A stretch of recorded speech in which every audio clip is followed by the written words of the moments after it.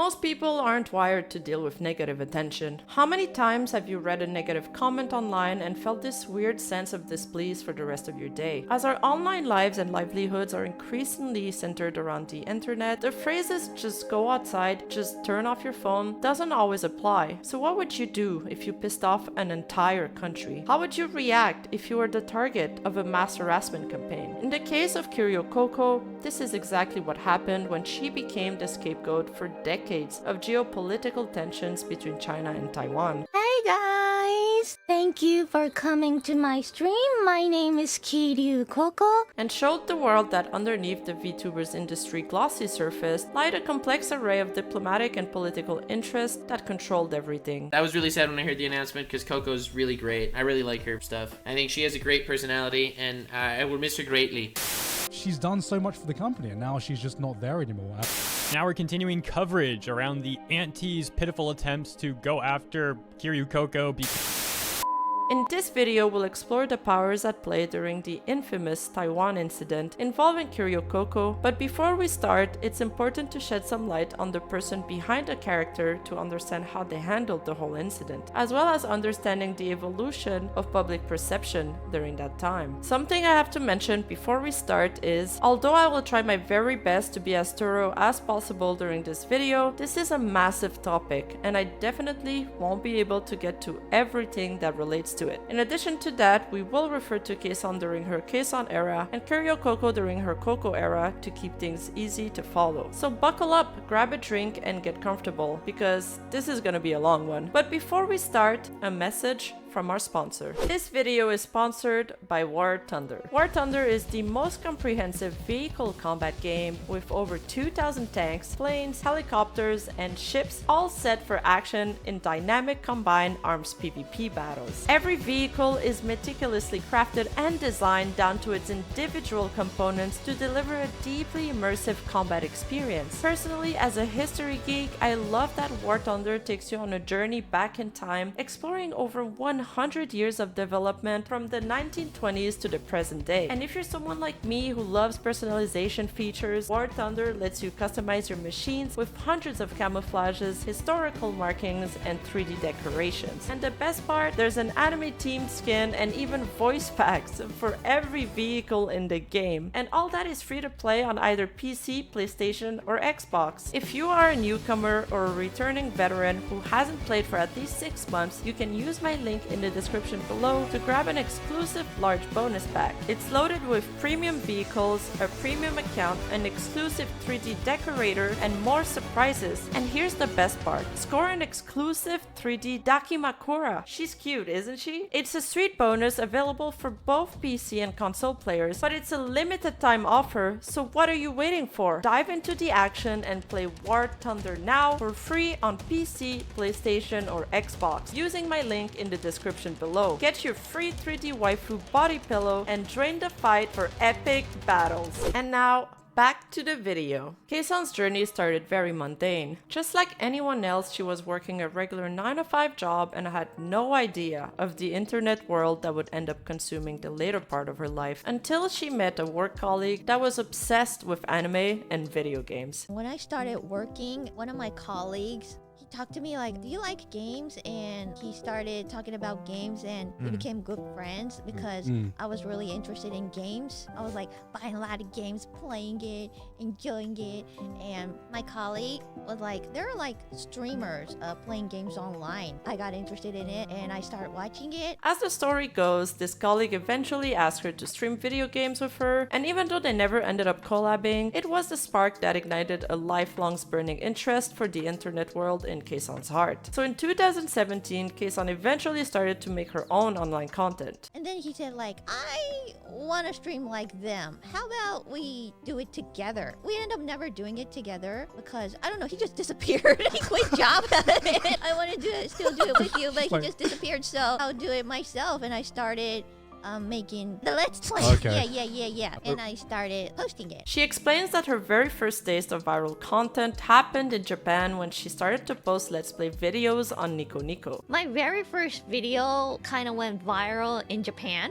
What kind of video? Cool. Gaming? Yeah, it was a game called Siren, and it was so satisfying to have comments. I felt so being good. appreciated by other people, is it? Yeah. Which was a nice surprise, and while she was happy about this milestone, she wasn't worried about making it on the internet or entertaining a large audience. All that mattered to her is that she was enjoying it. I started my internet career. I don't know if I should call it a career because when I first started it, I wasn't making any money with it. I was just having fun. That was 6 to 7 years ago. And in 2020, Kson Vtuber model debut was quite modest. To her own recollection, she started off with an avatar called Deku-chan that she was using from a free software and a really cheap mic. The reason she decided to switch to VTubing simply because she was sick of putting makeup on for IRL streams. I thought I would let's do the VTuber stuff because I'm tired of putting makeup on myself. And Based, also the same reason as mine. During that time, Kson experimented with her content. First by streaming faceless content and then swapping to a VTuber model, and even back then in 2016, she was already pushing boundaries of streaming as she frequently streamed in English and in Japanese. Something that was quite rare at the time, but also something that would come to play a big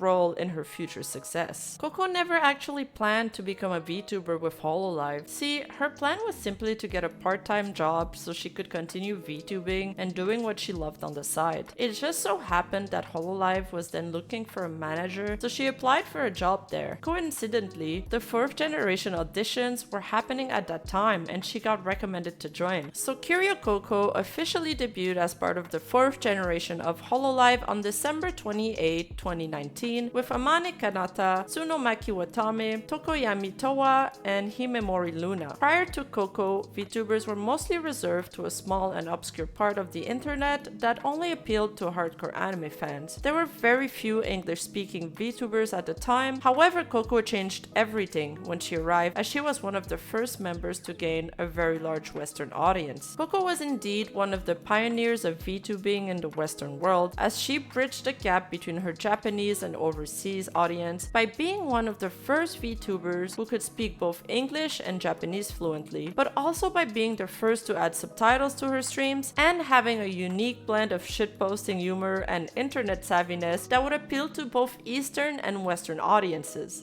Coco was a satirical morning news stream that she created with the purpose of cheering up people going to school or work. She had to wake up at 6 a.m. to do these and required 8 hours of preparation for each show. get the out of your bed, motherfuckers! Ohayou gozaimasu! Many of Hololive's funniest and most iconic moments of that time happened during this show. For example, her iconic opening greeting, Good morning, motherfuckers! or like Watame's infamous apology. To give a little context, Watame had been having internet connection problems as she disconnected over 60 times in one stream. And just as Coco was presenting her apology on her talk show, it happened again in an either extremely good or extremely bad timing. And Coco, with her hilarious reaction, just turned a potential disaster into an iconic moment. 篠巻渡辺さん、お願いします。この間の雑談配信で回線員すごい弱々なところを見せてしまったんだけど、それについて一言言います。わためは悪く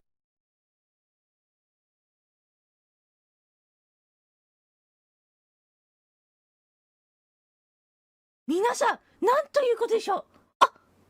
On top of that, Coco hosted weekly Reddit shitpost reviews, a stream where she reviewed memes and posts from the Reddit sub with other Hololive members. These streams were immensely popular. Needless to say, Coco quickly became fans' favorite as she smashed through various milestones, earning 1 million subs in a little bit over a year into her tenure and finally becoming the top super chatted YouTuber of all time. Not of VTubers, not just of streamers, out of everyone. The fans just people loved her energy and her humor, and they often showered her with super chats every time she went live. One super chat train in particular lasted over 14 minutes long. Coco was also a pivotal influence into creating Holomyth, the first Hololive branch dedicated for English speakers. First, by proving to Hololive that there was interest in the West for VTubers, and secondly, by directly promoting their branch. First, by announcing them, デビューさせると言っているようですね。こんなアイドルはどうですか？ストリートからスターへ、金髪で、ツインテールで、爆乳の大胆女子とか、なんともうデビューをするための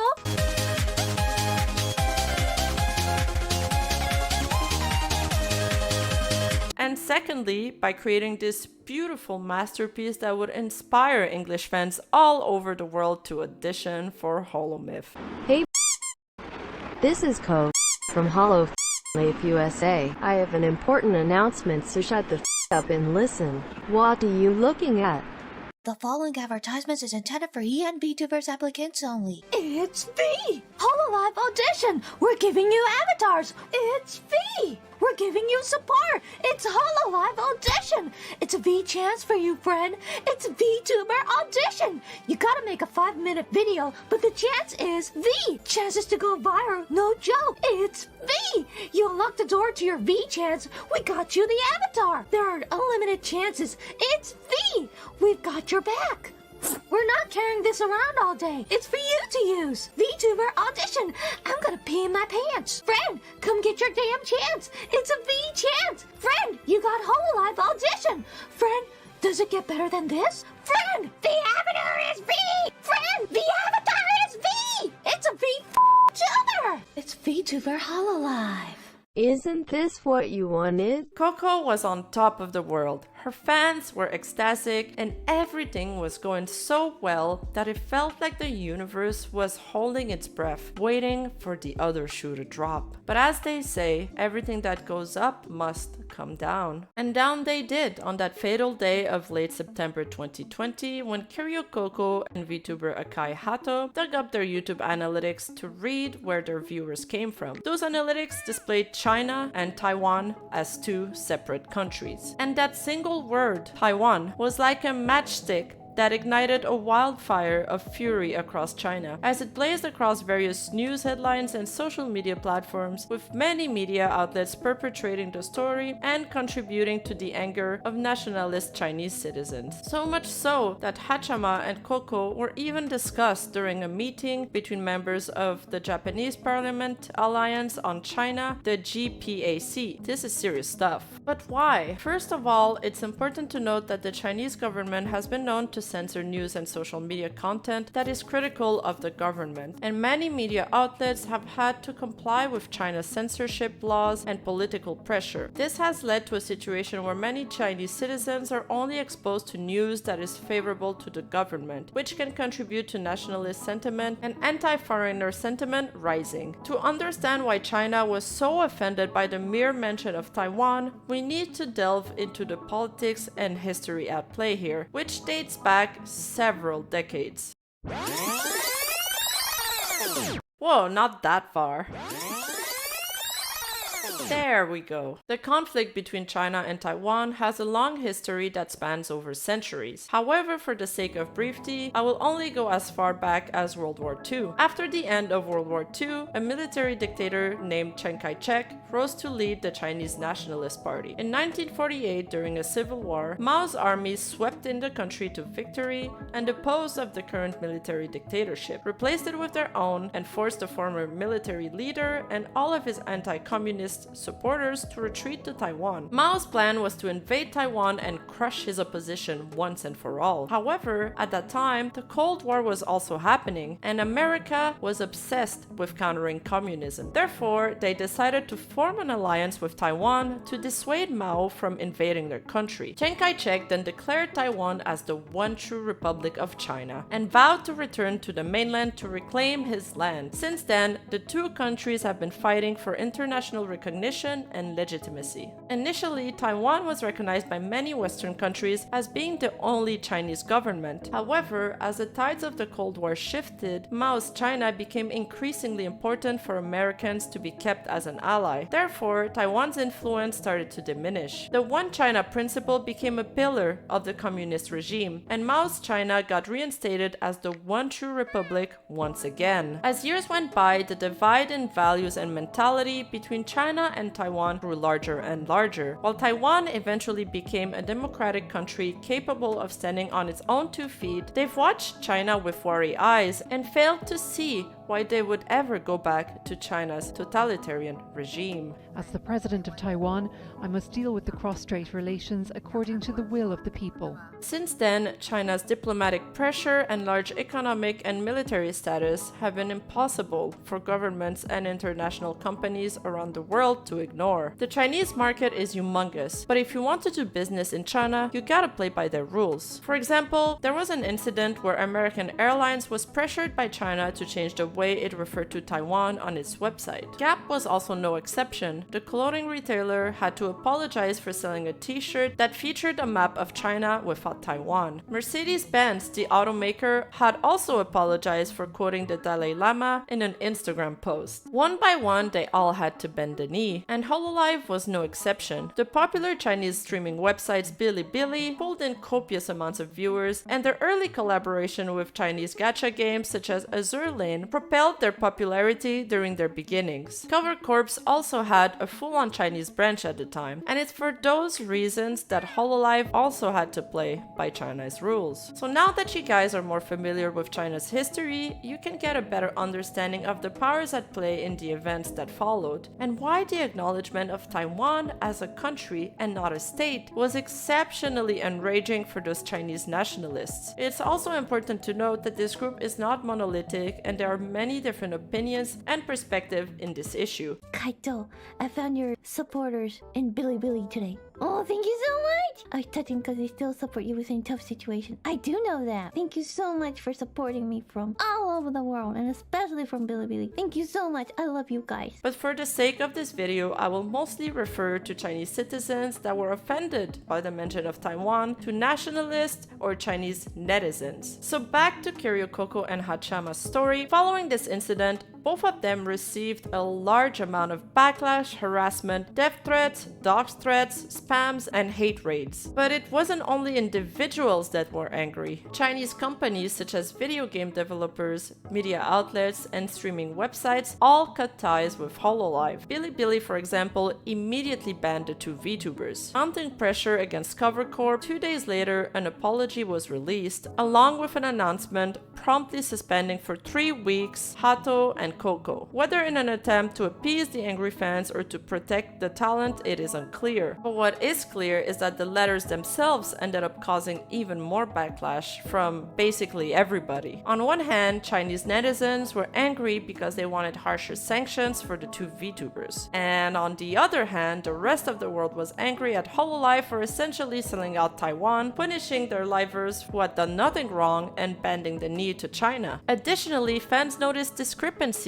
in the joint English, Japanese, and Chinese versions of the letters. While the former stated that they were suspended for showing erroneous YouTube analytics and inappropriate remarks, the latter said Cover Corp firmly supports the One China principle. To which Cover Corp was later forced to address and apologized with the following statement. We apologize for the confusion resulting from our recent official statement. There were discrepancies between the statement published for the Chinese audience and those which were published for the Japanese and global audience. Due to the above circumstance, and because our service policies, guidelines, and modes of communication differ depending on the countries and territories to which we provide our service, we decided to adapt the contents of our statement and the matter of its release accordingly. However, this led to differing statements being released. We would once more like to deeply apologize for the confusion this has caused. Additionally, the CEO of Cover Corp, Yago, took to Twitter to apologize for the incident and announced that he would take a pay cut in the hopes of letting the dust settle. When Coco finally came back from her suspension, she had a glorious and unapologetic stream where her fans celebrated her and donated copiously to show their support. I'm back, guys! ただいま言わせてください皆さんホロライブ所属4期生キルココただいま戻りました I love all the fans all over the world no matter if they hate me or not. Everybody seemed to have fun, and she ended her stream with a cheeky message to her haters. Fuck you and never come back. Thank you guys for all those comments.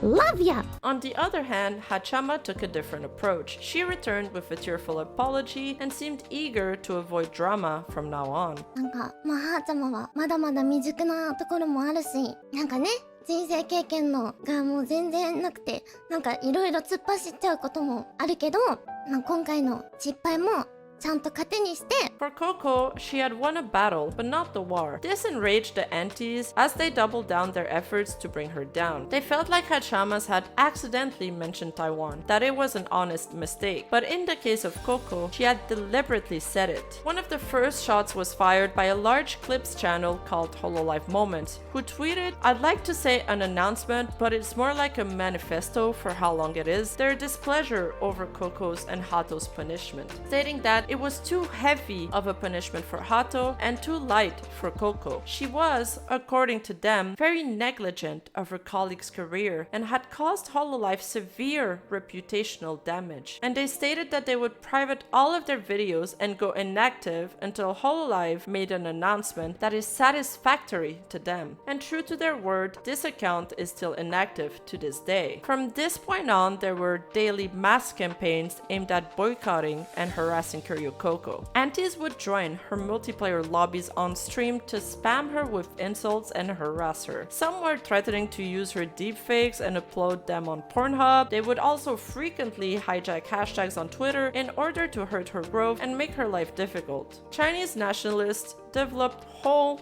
master plans and found creative ways to continuously harass Coco. One of their invention was a bot designed to relentlessly spam the liver's chat named the wheelbarrow bot. Eventually, the girls started to set their chats to members only to prevent that. バルここでオープンした際にね、結構その時にね、配信に関する意見もね、今だって言えるぜって言ってくる方いるんですけど、やっぱね、荒らされてるのを見てるのは辛いって。だから、全然自分はメンバーじゃないから書き込めないけど、それでもいいよ言ってくれる方結構多かったんで、もう今後はね、もう一生メンバーシップオンリーで、行こうかなって思います。But to counter this, Chinese netizens advised their fellow comrades to get paying subscriptions to bypass it. This caused Coco a lot of troubles as she often was torn between forbidding new viewers to interact or have a spam-ridden chat. Evidently, stream growth slowed down during that time as it heavily dissuaded newcomers to join. いや、私最近ずっとメンバーシップ限定にコメント欄をしたりしてね、かなり自分でもね、これ新しい人入ってくれる空気じゃねえな、新しい人が入ってこれない配信作ってんなということが。 And it wasn't only Coco that was subjected to that, but most of the livers, with the exception of Aqua, who was highly regarded by Chinese nationalists. This was a delicate situation for Cover Corp. On one hand, Coco was their top earner. On the other hand, China was their business partner, and they were pissed off. To protect their investment and try to minimize the damage, Hololive established some restrictions on Coco for the time being. She was expressively forbidden to interact with the new English branch, who she had basically helped kickstart. She was also less frequently invited to collab, and Hololive seemed to not put her forward as much anymore. Have you thought about doing any collab with the Hololive EN girls? I do want to collab with the ENs. Ask them! Because I do want to do it. So ask them. You'll see why it's not happening. Maybe they're too shy to collab. Maybe they are. Or someone is stopping us from collab. Ooh. Yeah. They have to be defensive because, you know, the things that happened to me. So I won't blame anyone if they don't want to collab with me. I'm not gonna blame anyone. Her colleagues and friends started to interact publicly with her less frequently for fear of backlash, and understandably so, as a simple greeting would be enough to make her aunties turn their anger towards them.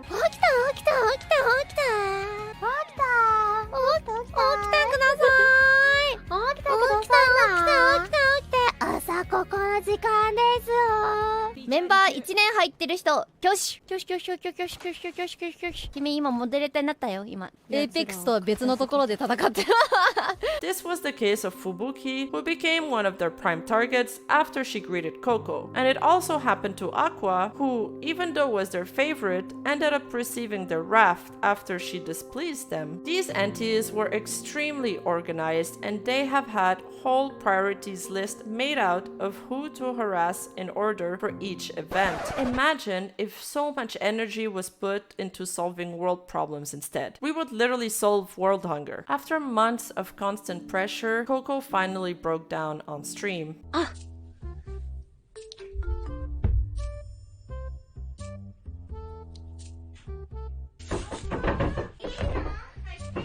いいよ。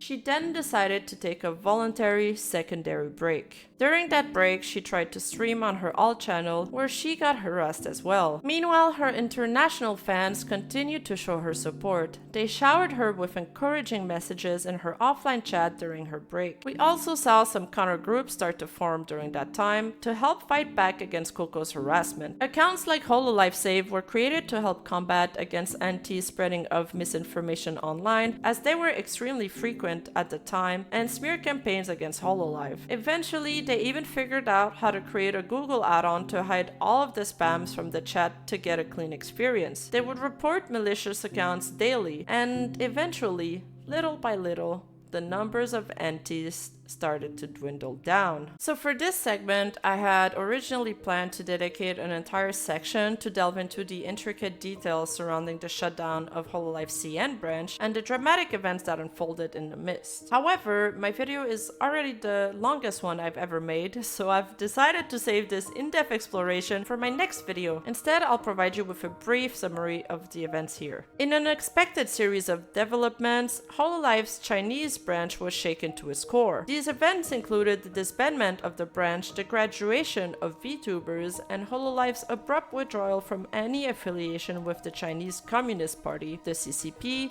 and China. Initially, Hololive wanted to graduate their Chinese branch, but were debating on whether or not to allow the Vtubers to retain their avatars and potentially allow them to transfer to another company. But then came the truly jaw-dropping revelation. Behind the scenes, some CN Vtubers, mainly Artia and Rosalind, who had maintained a facade of being apolitical and innocent, were discovered to be covertly encouraging harassment towards not only foreign fans but also towards Kiryu Coco. They were actively involved in supporting the CCP and harboring nationalist views. For a significant period, Hololive CN and Chinese netizens, with the exceptions of the VTubers Yugiri and Echo, had been operating a dual game, concealing their true intentions and laughing at the ignorance of international fans who remained in the dark about most of the CN VTubers not only being nationalists but also displaying mean-spirited and even racist attitudes towards foreigners. This revelation resulted in a deep division within the community and fueled anti-Chinese sentiments among fans even further. As this chapter unfolded, Hololive found itself at a crucial juncture. They had to make a choice, and they recognized that they were no longer heavily reliant on the Chinese market. With a thriving Western market and the immense success of Holomyth, it became evident that their primary sources of revenue lay within their Japanese and American markets. Even more remarkably, Hololive exhibited incredible foresight by departing from China before a new legislative law concerning streaming took effect several months later, thus avoiding potential complications. Well played, Hololive. In the end, Hololive reached the resolute conclusion that the potential drawbacks and uncertainties associated with their presence in China far outweighed any potential benefits. This revelation, combined with the discovery of the traumatic events, led to their strategic decision to bid a swift and unapologetic farewell to the Chinese market. They immediately pulled the plug on letting the girls keep their avatars and graduated them promptly. With the agitators gone and the numbers of antis becoming smaller and smaller, the dust had finally started to settle. But out of the blue, after 8 8 months, Kiryu Coco decided to announce her graduation. The news were received online with immense sadness.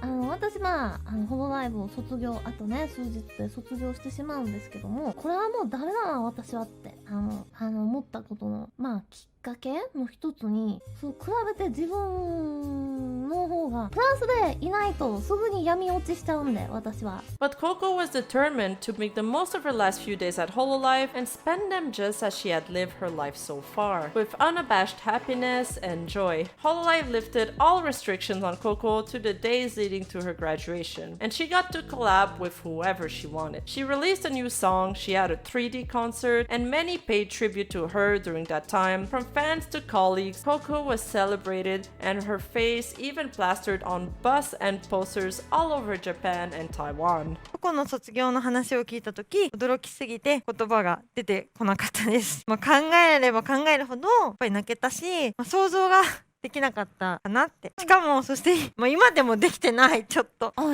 る。本当に明日からいないの？ないな。ないかもね。泣きそう4期生が4人という形になっても、いつまでも4期生は5人で、4期生としてトワは頑張っていこうと思います。大好きなココ。See, Hololive owed a lot to Coco, and their way of thanking her was by giving her a magnificent send-off. She finally retired from Hololive on July 1st, 2021, with a record-breaking graduation ceremony, and left behind a legacy of innovation and inspiration for many Vtubers and fans around the world. 個人的には、寂しくて泣いちゃうって感じですか？そうですね、やっぱり。この場所は変わらない夢の駅の床屋みたいよりも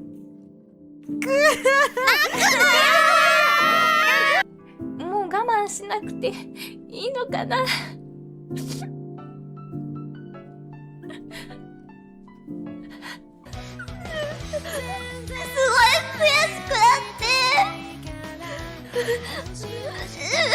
ハー様が不注意でさ、アメメティクスなんて載せなければ何もなかったのにってずっと思ってて、でも言えなくて、なんでさ、ハー様はなんでハー様はさ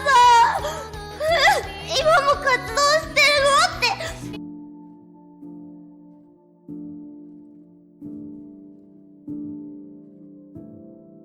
Now, things may seem pretty bleak here, but don't worry guys, the story's got a good ending. Coco eventually returned as Kson in Vtuber Heaven, otherwise named as V-Shoujo. As she enjoyed increased freedom there, Kson got to be herself, but she still got into several incidents, such as when Kson was removed from a livestream she was supposed to attend because of Chinese backlash. The company essentially threw Kson under the bus as they apologized to China. But Kson was never this rated before, and she wasn't about to start now. I want to be a worldwide delinquent. I'll do whatever I want kind of person. Many regards Kson's innovation as the cornerstone of what makes her special. Her combination of IRL VTubing streams during that period pushed the boundaries of what is considered normal VTubing even further. While these innovations were indeed impressive, what's even more remarkable about Kson is her positive outlook and mental fortitude that enabled her to emerge from a situation that would have devastated most people, all while retaining her faith in humanity and most importantly, her capacity to love them. I am joining this biggest party here. Hello, V-Shoujo!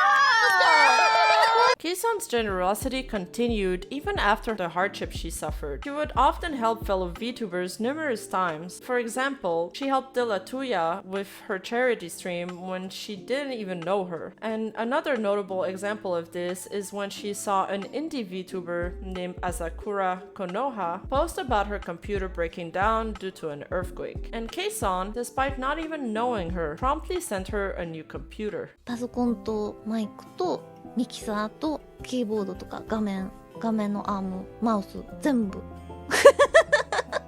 それだけあればすぐ始められるよっていう。 During Kson's tenure at VShojo, she also participated in a contest held by the game developer Sega, which offered participants a chance to become a character in Like a Dragon 8. Kson is known for being a huge fan of the Yakuza series and anything related to it, so she jumped at the opportunity. Over 1,000 people auditioned for this, and Kson was selected as one of the 5 finalists for the part that was being broadcasted on TV. Despite being competitors, Kson also made a true friend along the way with the fellow cosplayer Kaname Ai. Their friendship is a testament to the power of camaraderie, as they cheered each other on all the way to the final round of the contest. It was really wholesome to see their friendship blossom during the contest, and you can see so many clips of them showing their crazy antics online. Despite her passion for the series, Kson faced criticism from haters who criticized her looks. なんかそのね、そういういじられ方してるの最初すごい不思議だったの。そうだけど、こうフォローさせてもらってしばらく見たら納得。And additionally, China censored her face during the Chinese livestream of the contest. Despite these challenges though, Kson's passion for the Yakuza and the Like a Dragon series was so apparent that the judges had to see that she was the perfect fit to win this contest. To everyone's surprise, including Kson herself, she won! She cried when she won, but this time it was tears of joy. そう、やっぱり私の勝った理由ですね。皆さんからいろいろ聞いて、その投票の理由とか、やっぱり龍が如く愛だった。龍が如くを多分この中で誰よりも愛してるんじゃないかと。本当にずーっと好きって言ってきてよかった。In that moment, Kson obtained everything she ever desired. A true friend, a character in her favorite series, but most importantly, she realized she was going to be just fine. I did it, guys. Thank you. Thank you so much for joining me today and watching this video. And don't forget, use my link in the description below to play War Thunder for free on PC, PlayStation, and Xbox. Get the bonus pack with premium vehicles, a premium account, an exclusive 3D decorator, and more surprises, plus your exclusive 3D Dakimakura, and fight your battles with style. If you found this video interesting, don't forget to like and subscribe, and check out my last video on Gargura for more content. And stay tuned for the upcoming video where we'll explore the whole Hololive CN's branch fiasco. Consider becoming a member of our community. By joining, you'll gain exclusive access to awesome perks. Click that join button below to learn more. And lastly, if you're a fan of VTubers and enjoy engaging in lively discussions, make sure to join our Discord community. Thanks again for watching, and I'll catch you in the next video. Until then, take care and don't harass anyone on the internet. And make sure to keep the comment section respectful. Bye bye! I'm gonna redo this part. The company Playism? Why can I say that word? Based. この間の雑談配信で回線員すごい弱々なところを見せてしまったんだけど、それについて一言言います。わためは悪くないよね。だって回線が弱々なのはわためには関係ないもんね。ねえ、そうだよね。だから別に謝らなくてもいいのかななんて思ってるんだけど。